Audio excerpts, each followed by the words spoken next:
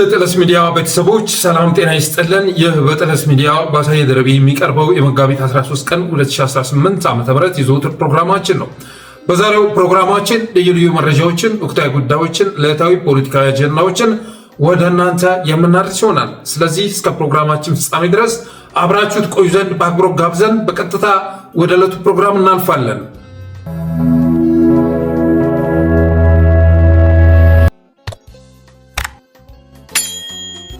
የመጀመሪያው ርዕሳችን የሬድዋን ሁሴን ደህንነቶችን ይመለከታል።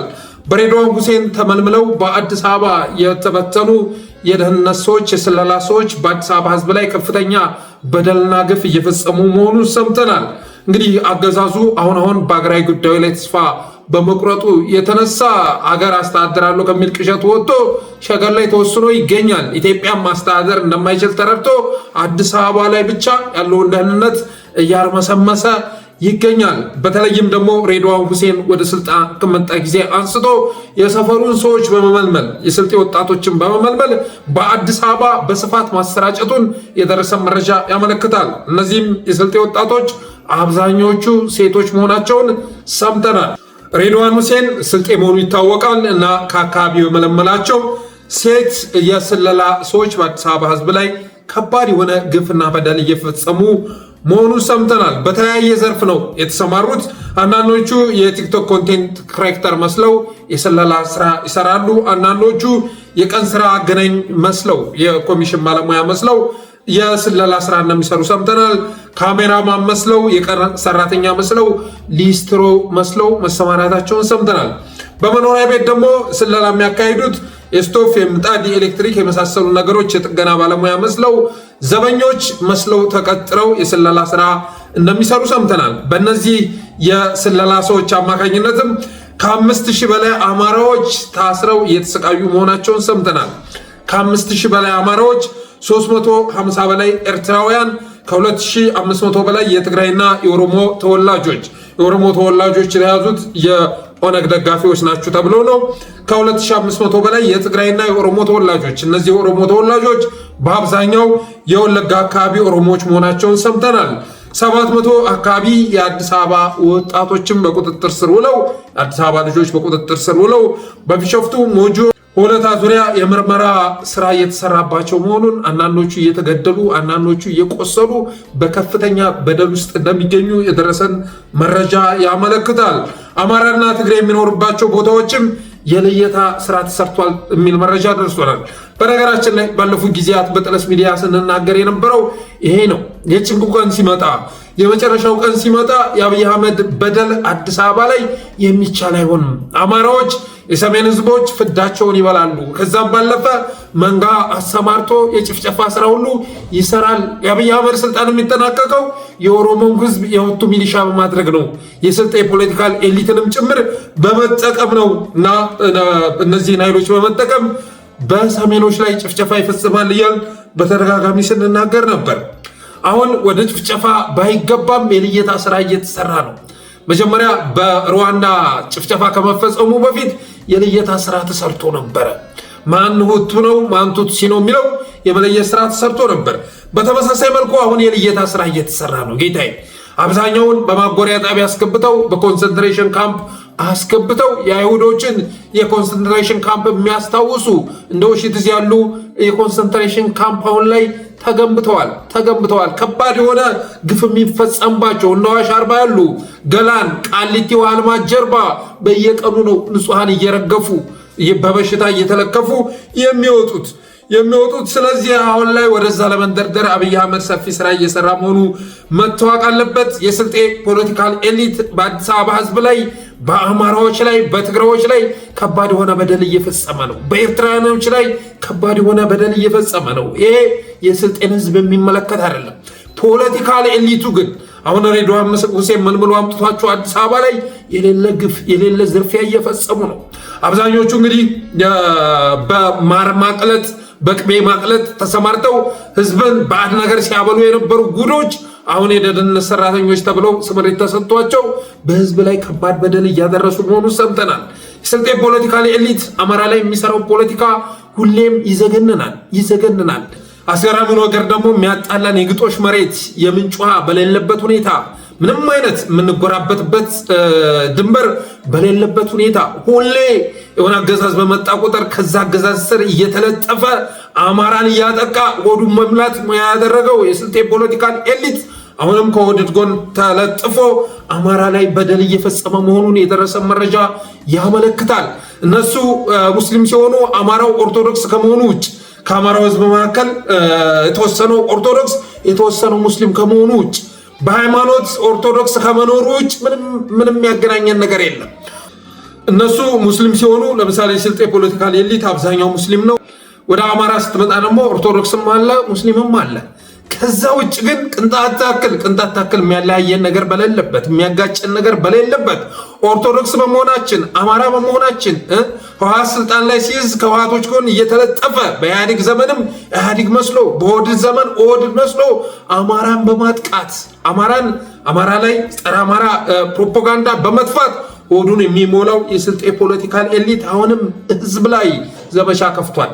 የስካሁኑ በንግግር ብቻ ነበር፣ አሁን በተግባር ጭምር አዲስ አበባ ላይ እየተበቀሉት መሆኑን የደረሰ መረጃ ያመለክታል። ግን ተው የስልጤ ወገኖች፣ ለህዝባችሁ የምታስቡ ከሆነ ተው በሏቸው። አይጠቅምም ይሄ ነገር።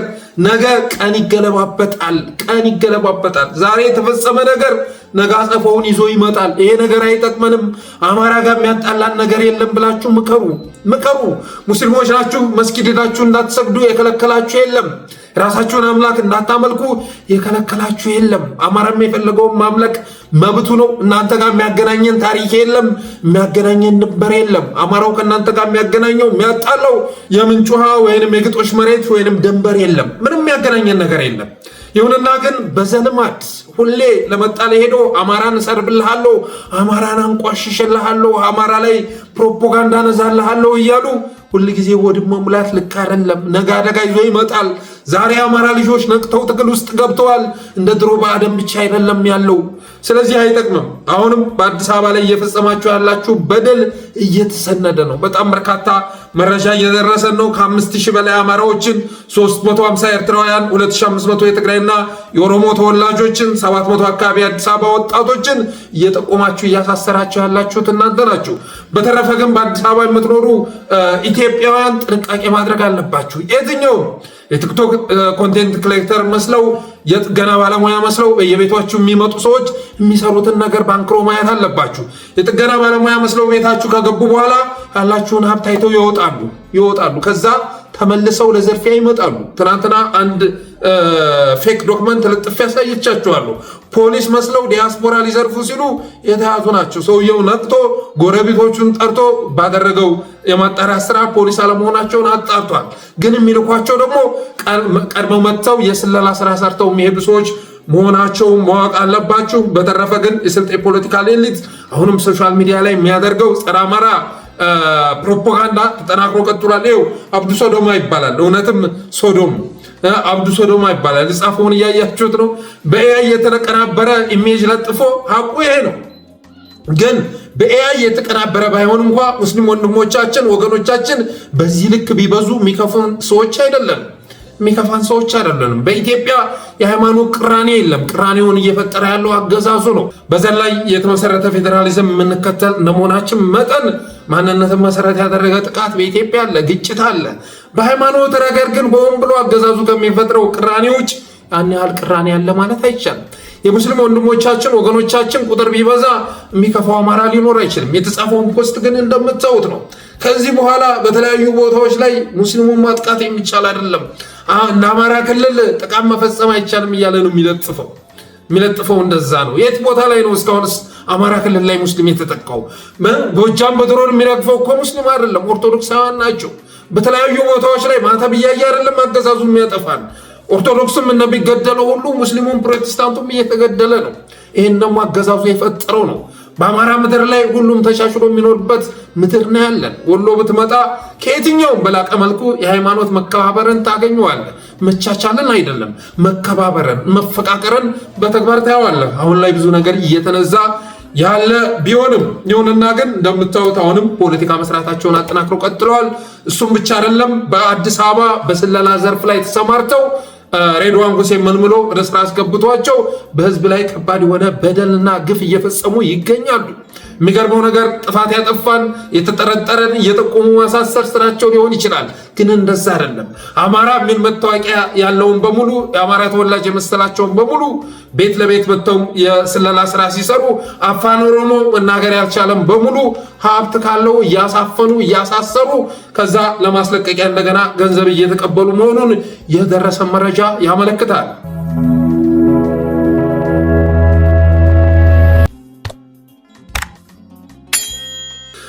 ሌላው አብዛኛው ርዕሳችን ዛሬ ከአዲስ አበባ ጋር የተገናኘ ነው። በአዲስ አበባ የሚፈጸም ግፍ ተጠናክሮ ቀጥሏል። መጀመሪያ አካባቢ እንደምታስታውሱት በጉሊት ዘርፍ የተሰማሩ እናቶችን፣ በኢመደበኛ ንግድ የተሰማሩ በጥቃቅን ኢመደበኛ ንግድ ላይ የተሰማሩ እናቶችን ከዛ የስራ ገበታ ውጭ አደረጓቸው። ከልክለው ጉሊት ቸርችረው እንዳያድሩ አደረጓቸው። ከዛስ ወጣቶች ደግሞ ልጆቻቸው በጫኝና አውራጅ እንዳይሰማሩ ጫኝና አውራጅ የሚባለው ዘርፍ በአንድ ቋንቋ ተናጋሪዎች እንዲሞላ ተደረገ። በቀን ስራ የትኛውም የአዲስ አበባ ወጣት፣ የትኛውም የአማራ ወጣት፣ የትኛውም የኢትዮጵያ ወጣት እንዳይሰማራ በቀን ስራ ላይ የሚሰማሩት የነሱ ወገኖች ሆኑ። አንድ ቋንቋ ተናጋሪ ሆነ ጫኝና አውራጅ የሚሰሩት እነማን እንደሆኑ ታውቃቸዋላችሁ። ስሙን ራሱ ብትመለከቱ የጫኝና አውራጅ ድርጅቶችን ስም በማን ስም እንደወጡ በማየት እነማን እንደተደራጁባቸው ማወቅ ትችላላችሁ። በኮሪደር ልማት ብቻ ሳይሆን በአብዛኛው የግንባታ ቦታዎች ላይ አሁን አንድ አማራ አዲስ አበባ መጥቶ ተቀጥሮ መስራት የሚችልበት እድል የለም። ስለዚህ ጥቃቅን የሆኑ ዘርፎችን በመቆጣጠር እና አዲስ አበባ ላይ የትኛውም ሰው በቀን ስራ መጥቼ ሰራለሁ ብሎ እንዳያስብ በማድረግ የዲሞግራፊ ለውጥ ሲሰሩ መክረማቸው የሚዘነጋ አይደለም። ባለፈው ደግሞ በመሸታ ቤት ጠላ ቸርችረው አረቂ አውጥተው ተቃጥለው አረቂ ሲያወጡ እናቶቻችን አንድ ጠርሙስ አረቂ ለማውጣት አንድ ጠርሙስ ላብ ማፍሰስ ይጠበቅባቸዋል። በሰዓት እየተቃጠሉ ያወጧትን አረቂ ቸርችረው ልጆቻቸውን ማሳደጋቸው እሱ ከከኗቸው። በብላክ ሌብል ሲራጩ የሚያድሩት ዳሌ ላይ ውስኪ ሲነሰንሱ ሲደፉ የሚያድሩት የብልጽግና ሰዎች እናቶቻችን አረቂ ቸርችረው ማደራቸው ከንክኗቸው እሱን የስራ ዘርፍ ራሱ እንደዘጉባቸው የሚዘነጋ አይደለም። ትናንት አንድ ቪዲዮ ወጥቷል። አንድ ቪዲዮ ወጥቶ ሶሻል ሚዲያ ላይ ሲያነጋግር ነበር። ኬኛ ቢራ ፋብሪካን የከፈቱት ኬኛ ቢራ ፋብሪካ የነ ሽመልስና የነ አብይ አህመድ ነው። እነዚህ ሰዎች አልኮል ጠል ስለሆኑ ነው መሸታ ቤት የከለከሉት። በኢትዮጵያ ደረጃ አልኮል የሚጠጣ ወጣት እንዳይፈጠር አስበው ነው እንዳትሉ ቢራ ፋብሪካ ከፍተው እየቸረቸሩ ናቸው እና ብላክ ሌብልን በመጠጣት የሚታወቁ ናቸው።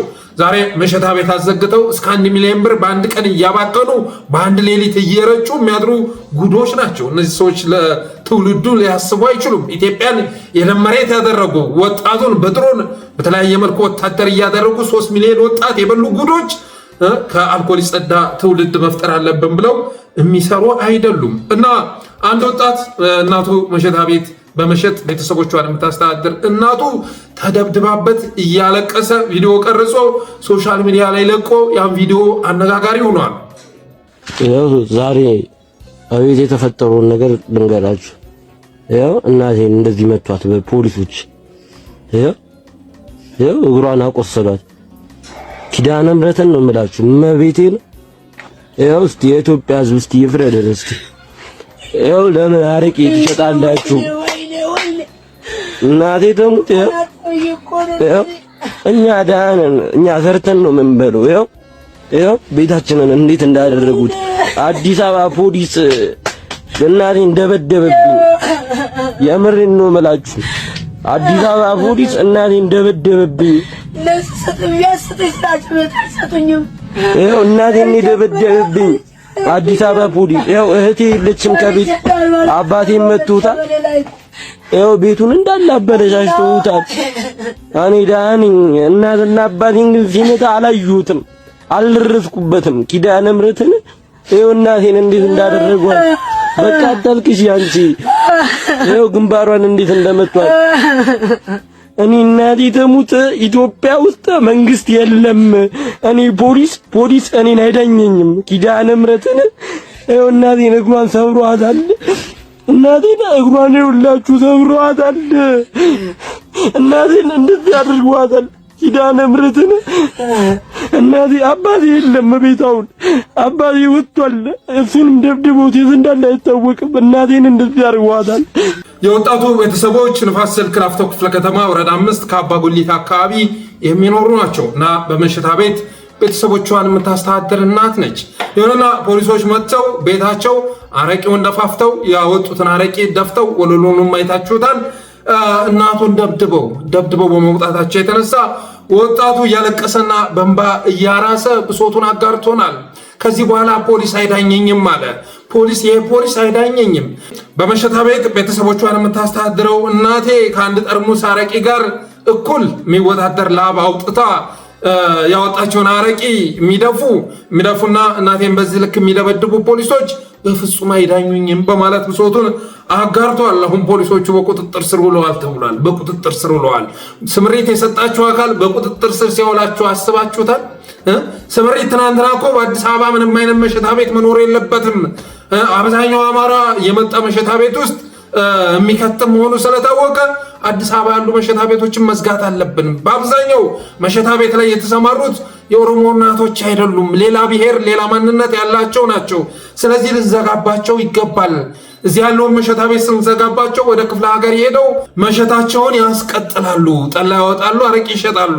ስለዚህ የስራ ዕድሉን ልንዘጋ ይገባል ተብሎ ስምሪት የሰጠው አካል አሁን በቁጥጥር ስር አዋልኳቸው እያለ በአንድ እናት ላይ በደል የፈጸሙ አረቂውን ከመድፋትም አልፈው ደብድበው የወጡ ፖሊሶችና የወረዳ አመራሮች በቁጥጥር ስራው እያለ ነው። ይሄ የማይመስል ነገር ነው።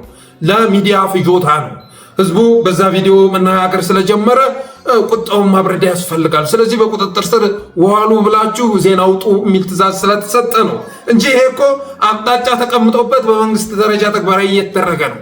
በአዳነች አቤቤ የሚመራ መርሃ ግብር ነው። በተረፈ ግን የአዲስ አበባ ነገር ያሳዝናል። የአዲስ አበባ ነገር ይከነክናል። እነዛ የአዲስ አበባ ልጆች የምንላቸው እነዛ የክፍለ ሀገር ልጆች በማለት የሚጠሩን የአዲስ አበባ ልጆች የት እንደገቡ ያስገርማል። የት እንደገቡ በዚህ ባለንበት ዘመን እረፍት በሚያሳጣ ዘመን ውስጥ ምን ውስጥ እንደገቡ ምን አይነት ነገር ውስጥ ገብተው እንደተደበቁ ማወቅ አዳጋች ሆኗል። የአዲስ አበባ ሚዲያ የሚባል አንድ እንኳን ልታገኙ አትችሉም። የአዲስ አበባ አክቲቪስት፣ የአዲስ አበባ ጋዜጠኛ፣ የአዲስ አበባ የመብት ተሟጋች ተብሎ የሚጠራ አንድ እንኳን ልታገኙ አትችሉም። አንድ እንኳን እኔ ይገርመኛል። እነዛ ቀድሞ የሰለጠኑ የአዲስ አበባ ልጆች በዚህ ልክ በኮንጎ ጫማ አዲስ አበባ የመጡ በባዶ እግሩ በካቻማሌ ተጭኖ አዲስ አበባ የመጣ ከጎረመሰ በኋላ ለዚያውም ጠቅላይ ሚኒስትር ተብሎ ተሹሞ በዚህ ልክ ከሰፈራቸው ሲያባረራቸው ትዝታቸውን ሲያጠፋባቸው መስተጋብራቸውን ሲበጣጥሰው አንድ ቀን እንኳን ተቃውሞ ሳያሰሙ መቅረታቸው በእጅጉ ይገርማል። አዲስ አበባ ያሉት አዲስ አበባውያን እንኳን በኦሮሚያ የተበተኑት አፈና ተጠናክሮባቸው ነው እንበል። በዲያስፖራ ከሚኖሩ የአዲስ አበባ ልጆች መካከል አንድ እንኳን ደረቱን ገልበጥ አድርጎ መጥቶ የአዲስ አበባ አክቲቪስት ነኝ የሚል አንድነት ይጠፋል። ለአዲስ አበባ እሟገታለሁ የሚል አንድነት ይጠፋል። የአዲስ አበባ ሚዲያ ይዤ መጥቻለሁ የሚል አንድ እንኳን የአዲስ አበባ ልጅ እንዴት ይጠፋል? አዲስ አበባ የወላድ መሃን የሆነች ከተማ ናት። አዲስ አበባ እናቶች ልጅ ወለድ ናት በሉ። በፍጹም ልጅ አልወለዳችሁ። እኔ ወደ አይምሮ ስገባ የትግራይ አክቲቪስቶች ትዝ ይሉኛል። የትግራይ ሚዲያዎች፣ የትግራይ ጋዜጠኞች ትዝ ይሉኛል። የአማራ አክቲቪስቶች፣ የአማራ ጋዜጠኞች፣ የአማራ ሚዲያዎች ትዝ ይሉኛል። ኦሮሚያም ስትመጣ እንደዛ ታገኛለህ። ሲዳማ ስትሄድ ታገኛለህ። አፋር ታገኛለህ። አዲስ አበባ ብዬ ሳስብ ግን ዛሬ አሁን ለምሳሌ እሁድ ነው። ሶሻል ሚዲያውን ይመጡና በኳስ ዜና ያጨናንቁታል። በኳስ ዜና ጫቱን እያላመጠ እንደሱ የጠነዘለ ከአንገቱ የተደፋ ጫቱን እሱን ያላምጥና ማታ ትንታኔ ይዞልህ ይመጣል። ሙሉ ለሙሉ የዲሞግራፊ ለውጥ እየተካሄደበት የማጥፋት ስራ እየተሰራበት የመጨረሻ ጸረ ህዝብ የሆነ የአዲስ አበባን ህዝብ ማደሄት፣ ማራቆት፣ ማፈናቀል፣ መግደል እሱን እቅዱ ያደረገ አገዛዝ ስልጣን ላይ ባለበት ሁኔታ ማታ ይመጣልሃል። እንትና ጉዳት ደረሰበት ይልሃል። እንትና ጉዳት ደረሰበት። እዛ ሰፈሩ መጡ ፖሊሶች 10ን ረፍርፈውት ሄደው ለሱ የሚያሳስበው ግን የአንድ እግር ኳስ ተጫዋች እግር መሰበር ነው። እግር መሰበር ማለት ነው።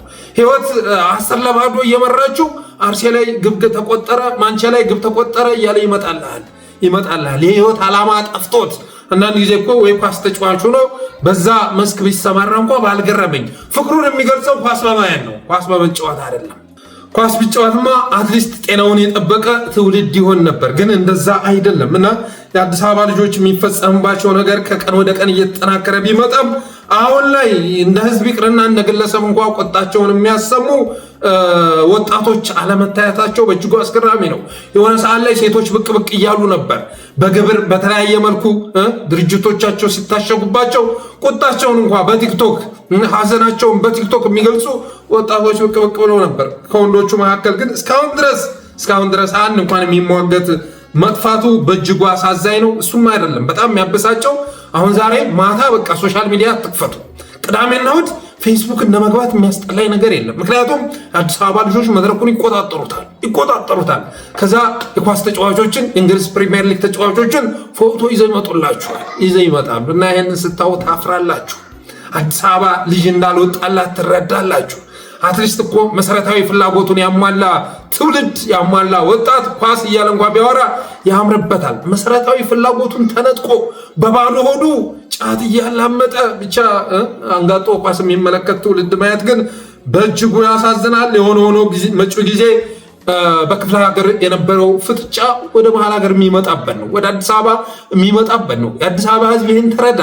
ነገ ከየሰፈርህና ከየቤትህ ኮሌታህን ጨምድደው ያወጡሃል። ጌታዬ ያወጡሃል። ያ ቀን እየመጣ ነው። ምናልባት ቢቀረው የወራት ዕድሜ ነው። ይህን ልታውቅ ይገባል። አዲስ አበባ ላይ ቤት አለኝ ብለህ ነጭ መጋረጃ ሰቅለ ወፍራም መጋረጃ ሰቅለ የውጭ እንዳይታይ ማለት ነው።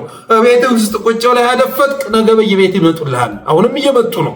መጥተው የመለየት ስራ እየሰሩ ነው። የአከራይ ተከራይ በምናምን በሚል ሰበብ ፖሊሶች መጥተው የልየታ ስራ እየሰሩ ነው። እንደዛ ተጀምሯል። ስለዚህ ነገ ከቤት መንቅለው ያስወጡሃል። የሰሜኑ ወደ አዲስ አበባ መምጣት ሲጀምር ከውስጥና ህዝባዊ እምቢተኝነት ትቀሰቅሳለህ ብለው ያባርሩሃል። ያ ቀን ከመምጣቱ በፊት መደራጀት ይጠቅማል።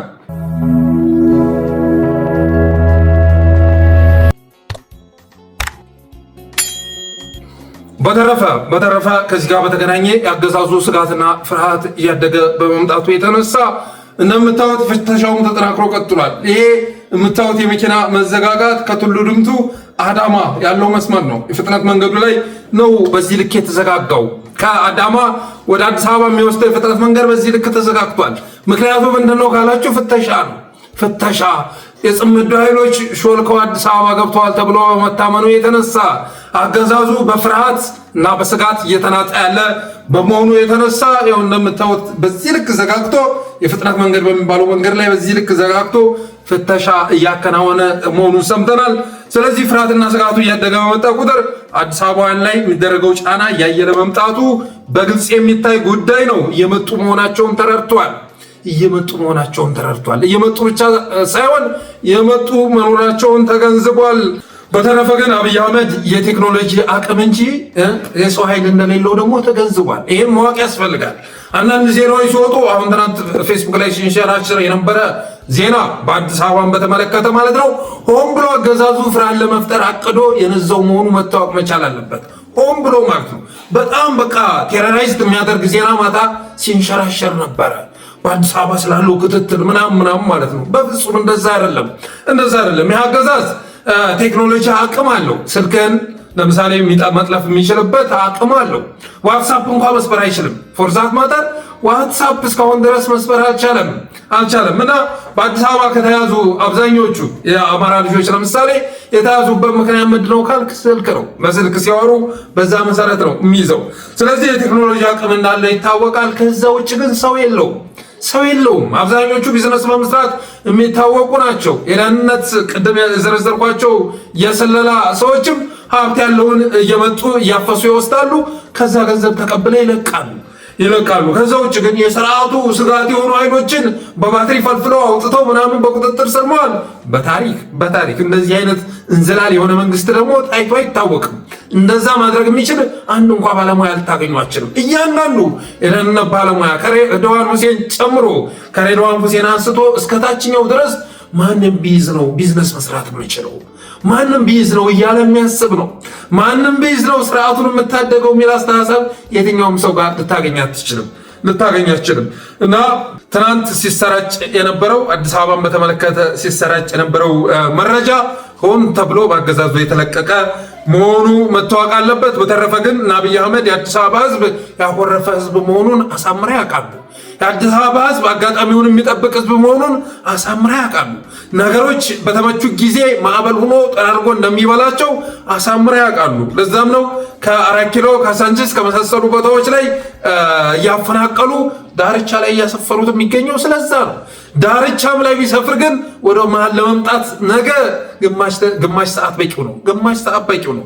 ስለዚህ ይህንን በመረዳታቸው የተነሳ አሁን ላይ አፈናውን አጥፍተው ቀጥለዋል። ነገ ደግሞ ህዝቡ ከመነሳቱ በፊት በእርግጠኝነት የምነግርህ ነገር ባለፈው አንድ መረጃ አድርሻችኋለሁ። በአሸዋ ሜዳ፣ በቤተል፣ በአየር ጤና በመሳሰሉት አካባቢዎች ስልጠና ተሰጥቷቸው ሲቪል መስለው በየቤቱ የተቀመጡ በርካታ የአደጋ ጊዜ ሰራተኞች ተቀምጠዋል። የአደጋ ጊዜ ስርግ በአደጋ ጊዜ ተከስተው አደጋ የሚያደርሱ ማለት ነው። ኦርቶዶክሳውያን ላይ፣ ሰሜኖች ላይ ከመንግስት ቁጥጥር ውጭ የወጡ መስለው ግን መንግስት ስምሪት የሚሰጣቸው ኃይሎች ነገ የአዲስ አበባን ህዝብ ለመጨፍጨፍ አድፍጠው ተቀምጠዋል። ስለዚህ እነዛን ኃይሎች ያሰማራል። ነገ አንተ ወደ እሱ ከመሄድ በፊት እነሱን ወደ አንተ ይልክና ከአዲስ አበባ የማስወጣት ስራ ይሰራል። ስለዚህ ዝም ብለህ በተበታተነ መልኩ ከምትጠፋ ተደራጅተህ የሚመጣውን ነገር በጸጋ ተቀበል ጌታዬ። በተበታተነ መልኩ አድፍጠህ ራስህን ጨቁነህ ከምትጠፋ ይልቅ ታግለህ የሚመጣውን ዋጋ መቀበል ነው። ያጋጠመህ የህልውና አደጋ ነው።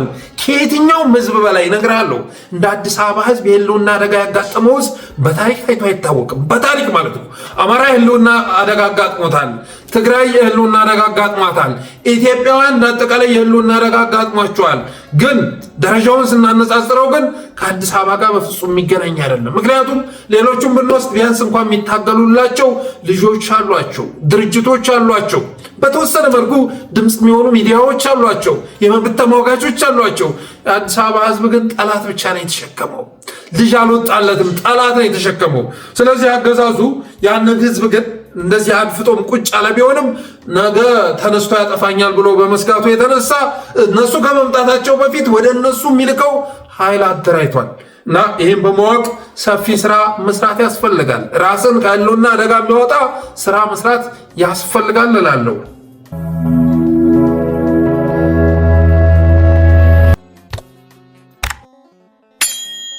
ሌላው በሱዳን ከሰላ የትግራይ፣ የአፋር፣ የአማራ፣ የሱዳንና የኤርትራ ህዝቦች የጋራ መድረክ መካሄዱ ተሰምቷል። ይህ ትልቅ ብስራት ነው። በሱዳን ከሰላ የትግራይ፣ የአፋር፣ የአማራ፣ የሱዳንና የኤርትራ ህዝቦች የጋራ መድረክ መጋቢት 12 2018 ዓ.ም መካሄዱን ለጠለስ ሚዲያ የደረሰው መረጃ ያመለክታል። መድረኩም የጋራ ሰላምና አብሮነት የተሰበከበት መሆኑ እነዚህ ኃይሎች አብረው ለመስራት አብረው ካጋጠማቸው አደጋ ለመውጣት የሚያስችል የውይይት መድረክ አዘጋጅተው በደመቀ ሁኔታ መከናወኑን የደረሰ መረጃ ያመለክታል። አገዛዙ እንግዲህ ይህን ጥምረት ለማክሸፍ ከፍተኛ ጥረት እያደረገ ቢሆንም ከፍተኛ ስራ ሲሰራ ቢከርምም ሊሳካለት አልቻለም። ቢያንቋሽሽ ባንዳ ቢል የሚሰማው አልተገኘም። ጌታዬ ከአንተ በላይ ባንዳ የለም፣ ከአንተ በላይ ቅጥረኛ የለም። አንተ እኮ ሀገር የለህም፣ ቤተሰብ የለህም። ለማንኛውም በምድር ላይ ላሉ ነገሮች ከራሱ ውጭ ፍቅር የለም። ራስ ወዳድ ግለሰብ ነህ። የዩናይትድ አረብ ኤምሬትስ ቅጥረኛ ነህ። የትኛውም ዶላር ይዞ የመጣ ሁሉ የትኛውንም አይነት አጀንዳ ሊያሸክምህ የሚችል እንኩቶ አገዛዝ ነህ። አንተ ስለ ባንዳ ልታወራን አትችልም። የትኛውም ውጫዊ ጠላት ቢመጣ ከአንተ በላይ ጉዳት ሊያደርስብን አይችልም አሉ ኢትዮጵያውያን። አይችልም። ትናንት አማራ በየድንበሩ ሄዶ ለኢትዮጵያ ዳር ድንበር መከበር በመርገፍ ነበር የሚታወቀው፣ በመሰዋት ነበር የሚታወቀው። ዛሬ ግን ወደ ድንበር የሚሄደው ከአገዛዙ ጥቃት ራሱን የሚታደግበት ብረት ፍለጋ ነው። አንድም ደግሞ ውይይት ነው። ከቀጠናው ኃይሎች ጋር ውይይት። የሚያጠፋ መንግስት ተከሰተብኝ። ኢትዮጵያ ብሎ ወደ ስልጣን ከመጣ በኋላ ለኦሮሚያ እንኳን ማይበጅ መንግስት ስልጣን ላይ ወጣ እና በድሮን በከባድ መሳሪያ ጨፍጭፎ ሊያጠፋኝ ነው። ስለዚህ ከመጥፋቴ በፊት ራሴን መታደግ ስለምፈልግ እባካችሁ አብረን እንስራ እያለ ከቀጠናው ኃይሎች ጋር እየተነጋገረ ይገኛል። እነሱም ተመሳሳይ አይነት ትሬት ያስተናገዱ በመሆናቸው የተነሳ ያ ውይይት አድርጎ በግልጽ ዜና መሆን ጀምሯል። ጌታዬ ዜና መሆን ጀምሯል። በሱዳን ከሰላ የትግራይ፣ የአፋር፣ የአማራ፣ የሱዳን፣ የኤርትራ ህዝቦች የጋራ መድረክ ተካሂዷል።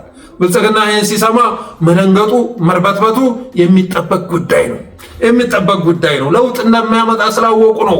ባለፈው ስኳድ ምናምን የመሳሰሉ ኃይሎችን አሰማርተው ከወያኔ ጋር እንዴት ይታሰባል ሲሉ ነው የነበሩ። ጌታቸው ረዳ ጋር ቁጭ ብለው ጭርስ እየተባባሉ ከወያኔ ጋር ይሏቸዋል። ከጻድቃን ጋር ቁጭ ብለው ውስኪ እየጠጡ እንዴት ይታሰባል፣ ከጀነራል ምግቤ ጋር እንዴት ይታሰባል ይላቸዋል። እና እንቶኔ የወልቃይት ምናምን የሚባሉት ጌታቸው ረዳ ጋር ቁጭ ብለው እና አብርሃ በላይ ጋር ቁጭ ብለው እንዴት ይታሰባል ከጀነራል ምግቤ ጋር ይሏቸዋል። ይታሰባል። የማይታሰብ ነገር የለም በዚህ ምድር ላይ። አማራ ሊያስበው የማይችለው ነገር ከወደድ ጋር አብሮ መስራት ብቻ ነው። ከዛ ውጭ ያለው በሙሉ ይታሰባል። ከዛ ውጭ ያለው በሙሉ ይደረጋል፣ ይፈጸማል። ያው እያያችሁት ነው። ከወሬ አይዘልም ያልከው ጥምረት ዛሬ በውይይት መድረክ አይተዋል። ነገ በተግባር ታየዋለህ ጌታዬ፣ ሜዳው ላይ ታገኘዋለህ። በተረፈ ጀዋር መሐመድ ትናንት አንድ ፖስት አጋርቷል። አገዛዙ ወደ ሰሜን ለመተኮስ የኢራን ጉዳይ መስመር እስኪይዝ ድረስ እየጠበቀ ነው የሚል ከወታደራዊ ምንጮች የደረሰውን መረጃ አጋርቷል። እኔ በዚህ ሀሳብ አልስማማም። ትናንትና አገዛዙ የኢራን የአሜሪካ ጦርነት እስኪጀመር ድረስ የኢራን የእስራኤል ጦርነት እስኪጀመር ድረስ እየጠበቀ ነው። እነሱ ወደ ጦርነት ሲገቡ የሚዲያዎች ትኩረት እዛ ላይ ስለሚሆን እሱ ያለምንም ጫጫታ ይሄኛውን ዓላማ ያስፈጽማል፣ አሰብን ያስመልሳል እየተባለ ሲወራ ነበረ። ዛሬሳ ያኛው መስመር እስኪይዝ ድረስ ነው። መስመር ከያዘ በኋላ ያኛው ከተረጋጋ በኋላ አብይ አህመድ ወደ ጦርነት ይገባል እየተባለ ነው።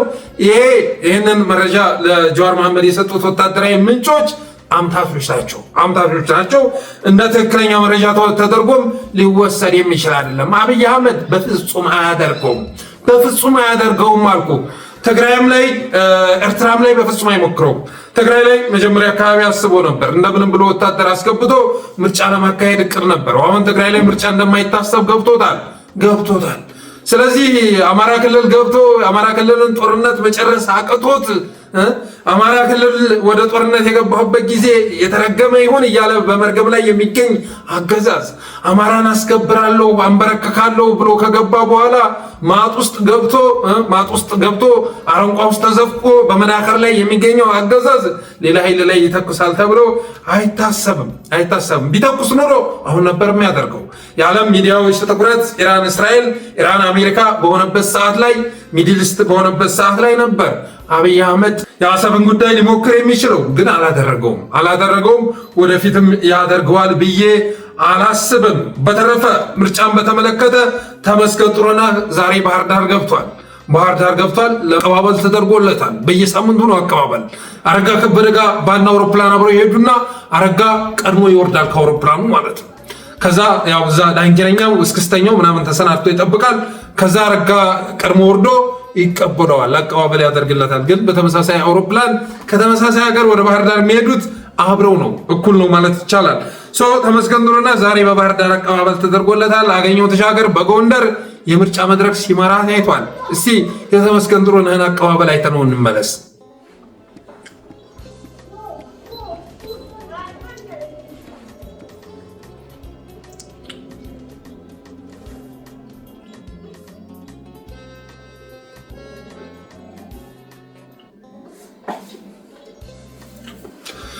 እና አያችሁት ነው። አንድ ሚኒሻ በየሳምንቱ ባህር ዳር በገባ ቁጥር በዳንኪራ የሚቀበሉ ቀሳውስቱም ምኖቹንም ስትመለከቱ ትገረማላችሁ። እያንዳንዱን በስም እየመዘገቡ ማስቀመጥ ያስፈልጋል።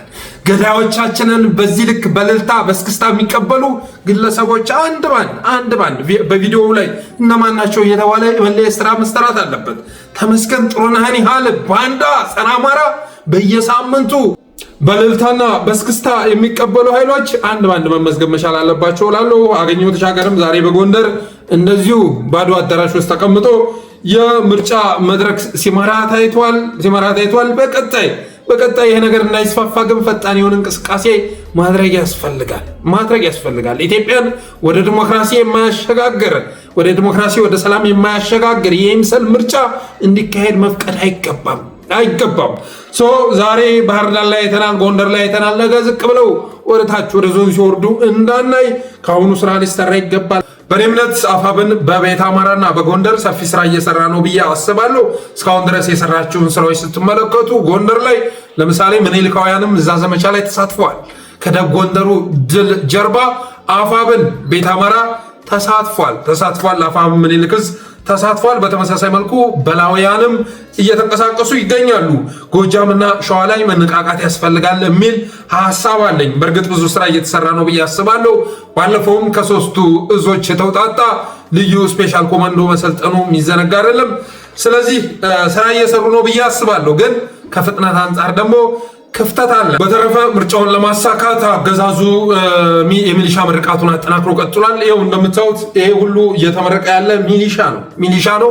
እነዚህ መከላከያን የሚቀላቀሉ መሆናቸውን ሰምተናል። የኦሮሚያ ሚሊሻዎች ናቸው።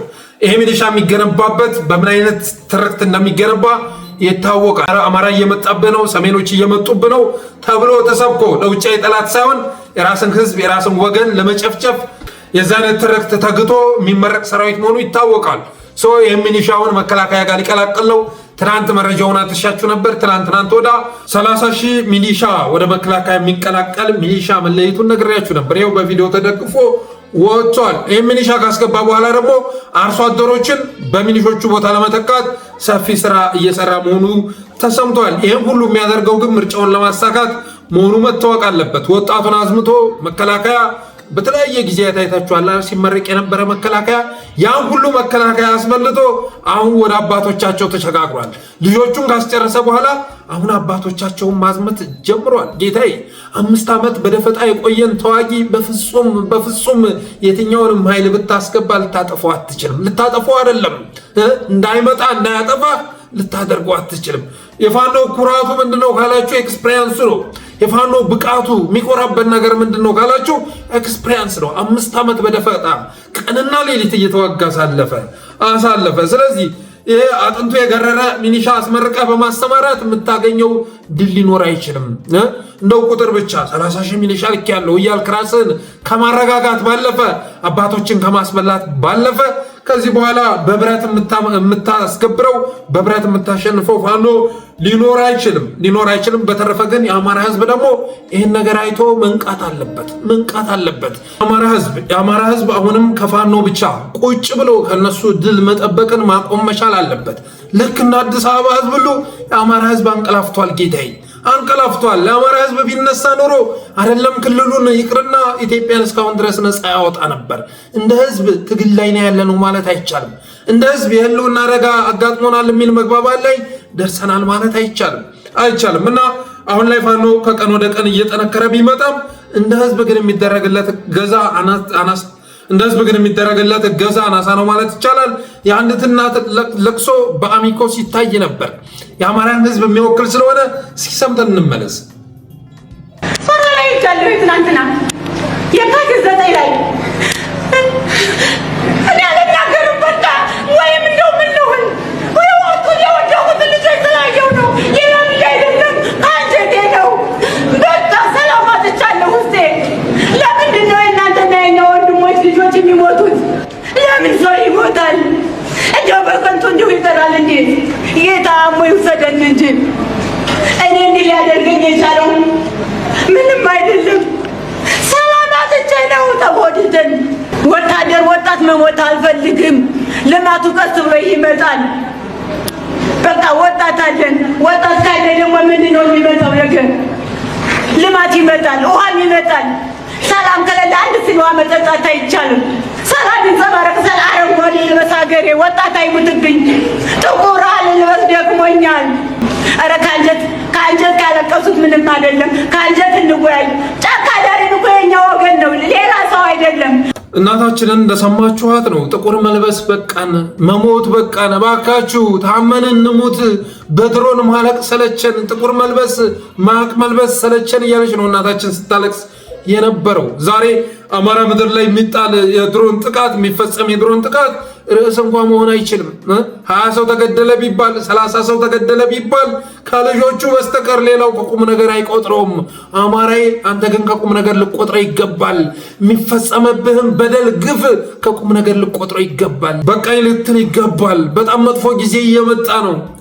ይሄ ሚሊሻ የተመረቀ ሚሊሻ አንተ ላይ መጥቶ የሚደፋ ነው። ስለዚህ ሆ ብለህ ብትነሳ ጉያ ውስጥ ያለን ባዕደን እሱን አደብ ብታስገዛ በአንድ ቀን ውስጥ ከዘላለም ባርነት መውጣት ትችላለህ።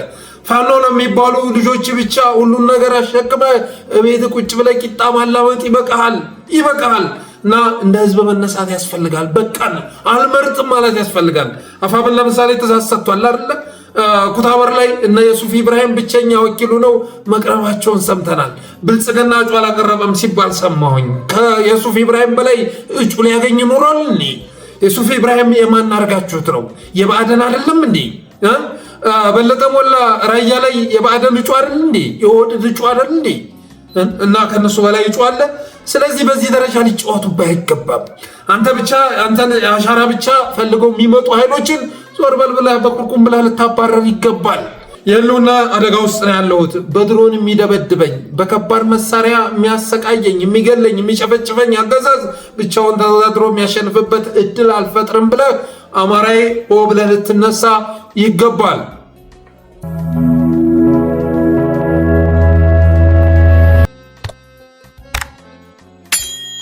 ሌላው ማዳበሪያን በተመለከተ አዲስ ነገር ተሰምቷል። ማዳበሪያ ማስገባት እጅግ ውድ እንደሆነና ዋጋውን በ3 እጥፍ መጨመሩ በሪፖርተር ተገልጿል። በጣም ከባድ ጊዜ እየመጣ ነው። ማዳበሪያ ማስገባት እጅግ ውድ እንደሆነና ዋጋውን በ3 እጥፍ ጨምሯል ብሏል ሪፖርተር። ይህም በተመለከተ አርበኛ አስረስ ማርያም የሚከተለውን መልእክት አስተላልፏል። በዩኤንዲፒ ሪፖርት መሰረት የማዳበሪያ ዋጋ በ3 እጥፍ ጨምሯል። ቀውስን ያገዛዝ ስልት ያደረገው ብልጽግና ህዝቡን በተለያየ መንገድ በማዳከም የነፃነትን ሳይሆን የተገዥነትን ስነልቦና ለማላበስ ጥረት በማድረግ ላይ ይገኛል። ነዳጅ፣ ማዳበሪያ፣ ምርጥ ዘርን በማስወደድ በአናቱ ደግሞ ግብርና ታክስ በመቆለል ህዝብ በልቶ ስለማደሩ ወጥቶ ስለመግባቱ ብቻ እንዲያስብ ለማድረግ የተቀረጸ ፖሊሲ እየተተገበረ ነው ይላል።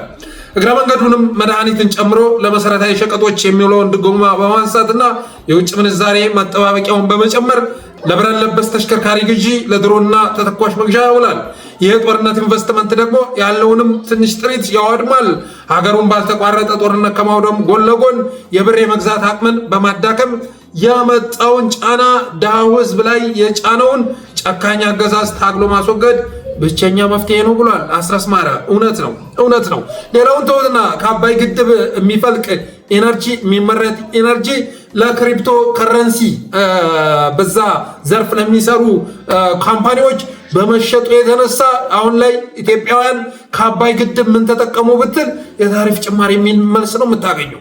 አገዛዙ ግን ለነዛ ክሪፕቶ ከረንሲ ላይ ለሚሰሩ ካምፓኒዎች ለነሱ ኤነርጂውን እየሸጠ ዶላር እየተቀበለ እንደገና ህዝብን የሚገልበት ድሮን እየገዛ ይገኛል። አንድ ሜጋዋት ኢትዮጵያውያን አልተጠቀሙም።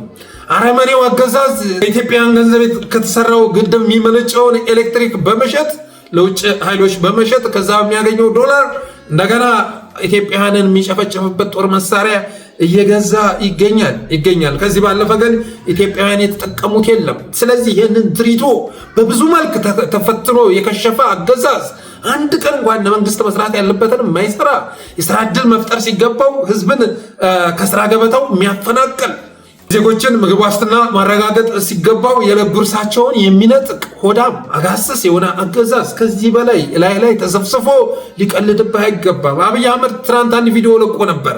ዝናሽ ታያቸው ጋር ወንዝ ጋር ሲንቦጫረቅ የሚወርቅበት ቪዲዮ። አሁን በደረሰ መረጃ መሰረት ቪዲዮ የተለቀቀው ሆን ተብሎ ነው። በቀጣይ አብይ አህመድ የወደቀበት ተብሎ እዛ ጋር ሐውልት ሊቆም መሆኑን ሰምተናል። ሆን ተብሎ የተቀናበረ ማለት ነው። ዳንኤል ክብረት ወንድሜን እያለ ድንጋጤውን ሲገልጽ የተሰማበት አብይ አህመድ አንሸራቶ ሲወርቅ የታየበት ዝናሽ ታያቸው እንትኗን ያስጎበኘችበት ምን አይነት ተራ ጭንቅላት ያላቸው ሰዎች እኮ ወደ ስልጣን እንደመጡ እግዚአብሔር ይወቅ። ዳንኤል ክብረትን ራሱ ብትመለከቱ አሁን ላይ አንድ በጣም የመጨረሻ የወረደ የማሰብ ደረጃ ካለው ግለሰብ ጋር እንኳን ሊወዳደር አይችልም።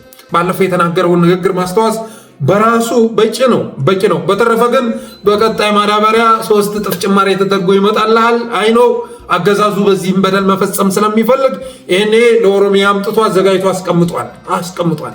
ከዛ ኢትዮጵያውያን ሁለተኛ ዜጎች ናቸው። የኢትዮጵያ ገበሬዎች ሁለተኛ ዜጎች ናቸው። እንደዛ ነው የሚታዩት። መለስ ዜናዊ በትግራይ ገበሬና በአማራ ገበሬ መካከል ልዩነት ሲፈጥር ታይቶ አይታወቅም። በትግራይና በኦሮሚያ ገበሬ መካከል ልዩነት ሲፈጥር ታይቶ አይታወቅም። ህልምህ ምንድነው ተብሎ ሲጠየቅ የህይወት ዘመን የስልጣን ዘመን ግብህ ምንድነው ተብሎ ሲጠየቅ በቀን 3 ጊዜ መብላት የሚችል ህዝብ መፍጠር በማለት መልሶ ነበር። አሁንሳ አብይ አህመድ በቀን 3 ጊዜ የሚባላ ህዝብ መፍጠር ወደዛ ቀይሮታል። ከዛ ባለፈ በገበሬዎች መካከል ልዩነት መፍጠር፣ የአማራው የኦሮሞ ገበሬ በትራክተር አርሶ ማዳበሪያ ተጠቅሞ እንዲያመርት ከማድረግ ባለፈ አማራውን ደግሞ አርሶ በማረሻ አርሶ እንኳን እንዳይበላ ማድረግ አቅዶ የሚሰራ አገዛዝ ነው ማለት ይቻላል። ስለዚህ ይህንን ጠላት የሆነ ከየትኛውም ውጫዊ ጠላት በላይ የሆነ አገዛዝ ስልጣን ላይ ለማቆየት የሚሞክሩ ኃይሎችን መታገል ያስፈልጋል። የአማራ ገበሬ ግን እየመጣ ያለውን ጊዜ ተረድተህ እስከዛሬ ማዳበሪያ ከአቅሜ በላይ ተጠቀም ተባልኩ ነበር ቅሬታ፣ አሁን በ3 እጥፍ እንኳ ዋጋ ጨምሮ ማዳበሪያ ለአንተ የማያቀርብ መንግስት መጥቶብሃል። ስለዚህ ይህ መንግስት ድምፅህን ፈልጎ ወደ አካባቢ ሲመጣ መልሱን ልሰጠው ይገባል እላለሁ። በተረፈ አብራችሁ ስለቆያችሁ አመሰግናለሁ። የጠለስ ሚዲያ ሜምበር ሰብስክራይበር በመሆን ስቲከሮችን በማበርከት ዝግጅታችንን ላይክ፣ ሼር እያደረጋችሁ ለሌሎች በማጋራት ጠለስ ሚዲያን አበረታቱ ብለን ዛሬ ዝግጅታችንን ቋጨን። ክበሩልን።